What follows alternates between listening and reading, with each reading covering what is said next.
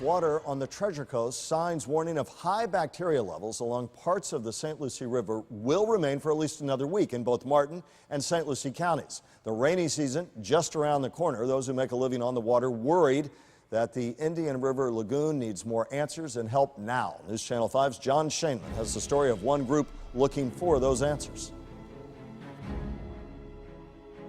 Charter boat captain Mike Connor says it's harder these days making a living on the water since a lot is missing from the bottom. Things like clams, small crabs, shrimp, they depend on seagrass. Connor says these signs could be a bad sign for the summer. Every May, we wring our hands and we get nervous because we know another onslaught's coming. And I don't see anything to change yet this year, next year, or the next. Normally, when people are looking for where the pollution is coming from, they go out to Lake Okeechobee. But right now, there are no freshwater discharges coming through the St. Lucie Lock.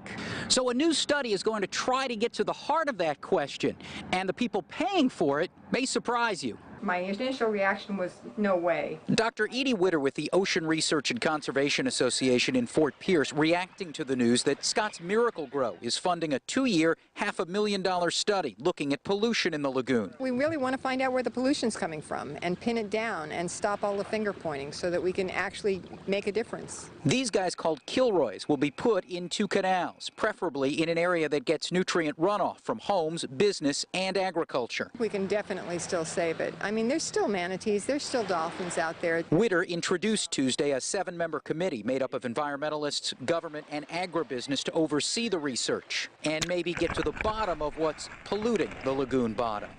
John Shainman, WPTV, News Channel 5.